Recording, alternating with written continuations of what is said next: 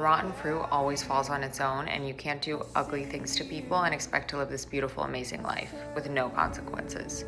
And their revenge or karma or whatever you want to call it maybe doesn't come as fast as you want it to or on the timeline you want it to, but it does come. And it comes without you needing to do anything or try to make them feel as bad as you felt or trying to get any type of revenge on them. Doing that is putting so much more energy into them and giving them so much more power when you could be using that towards yourself. And no one ever gets away with anything. 5 ways I manipulate myself into doing things that I don't feel like doing and slowly but surely chipping away at my goals. Manipulation tactic number 1, time's gonna pass anyways. When I was a kid and I would skip school and then the end of the school day would come and I would be like, ugh, I should have just went to school. Time passed anyways. That's how I am with everything now. I don't feel like going to the gym. Well, the 45 minutes is gonna pass no matter what. Like, then I'm gonna be mad I didn't go. Number 2, it's a hard gym day. I don't feel like going, I don't feel like getting myself in there. I reward myself with food or drink after. People do this with like makeup or like clothing items. I'm a food girl.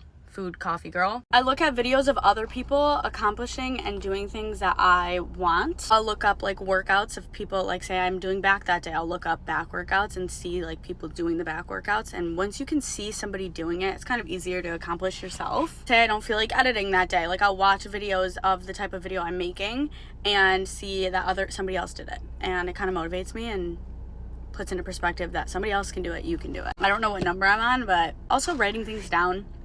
Writing down what you want your day to look like and sticking to it. It's really that simple. I think I personally, as an overthinker, complicate things a lot. So in my head, like thinking like, oh, I have to do this week and this week and this week, and I have to look for this and do this, and I'll get sidetracked and everything just like gets in a fuzzy ball.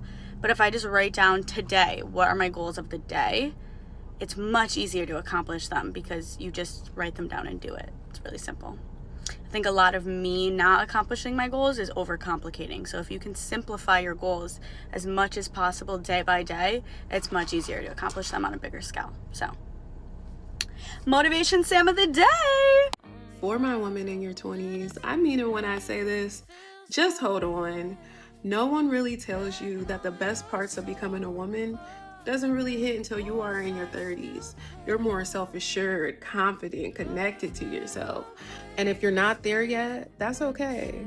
You're still becoming her. At some point, you need to get a hold of your finances. That girl math is cute, but when it comes to being able to take care of yourself, to show up for yourself, to make decisions and handle business, that brain needs to be on. Not to say that you can't enjoy the luxuries of life and shop and strict yourself of all fun. No, this is about maturing and being able to reprioritize your time, your energy, your finances. Not to mention, there is something so empowering about being a woman who is financially literate, who can take care of her own. This not only gives you such the luxury of a peace of mind and security, but this is going to buy you so many options.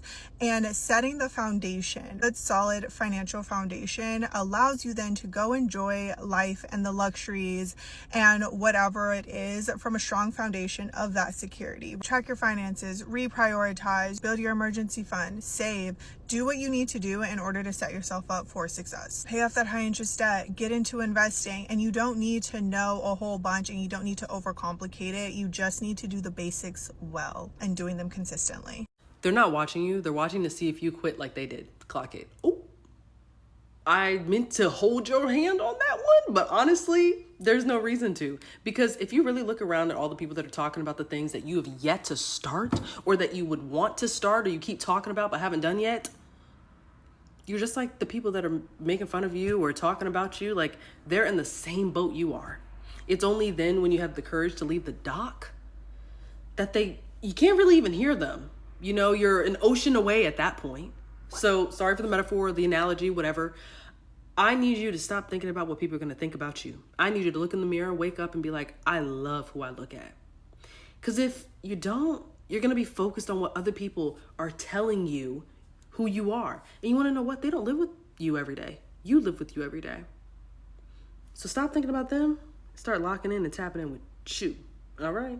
Okay. You don't have to go to the gym for a full hour. You can go for 12 minutes, you can go for 45, you can go for 2 and say, this is not my vibe today. Is there a Dunkin' Donuts around here?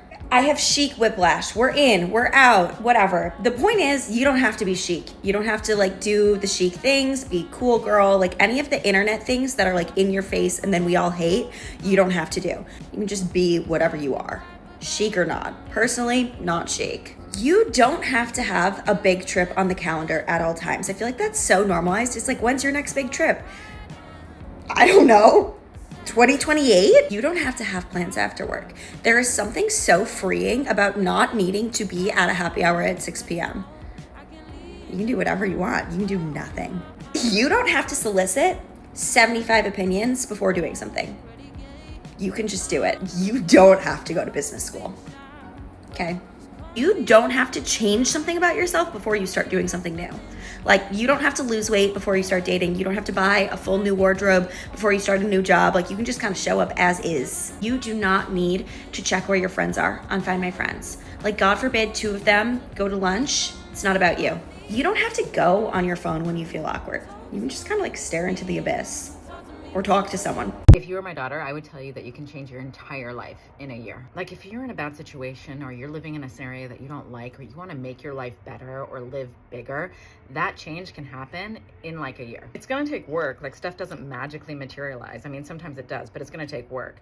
Before the work though, the most important thing you need to do is decide. Deciding is the most underrated thing that you do that actually gets you to where you want to go. And then ensuring that you're thinking big enough. Like if you think you need $2,000 to like change your life a month, then you actually need like $10,000 a month. And completely aside from just money, if you're working on a project or you want to change your body or you want to learn a skill, estimate how much it's going to take and then expand on that. Expand out how much work or effort you think something's going to take and then decide that you're going to put in that work or effort. Next thing that you do is you get yourself educated about how to execute on that thing that you want to do.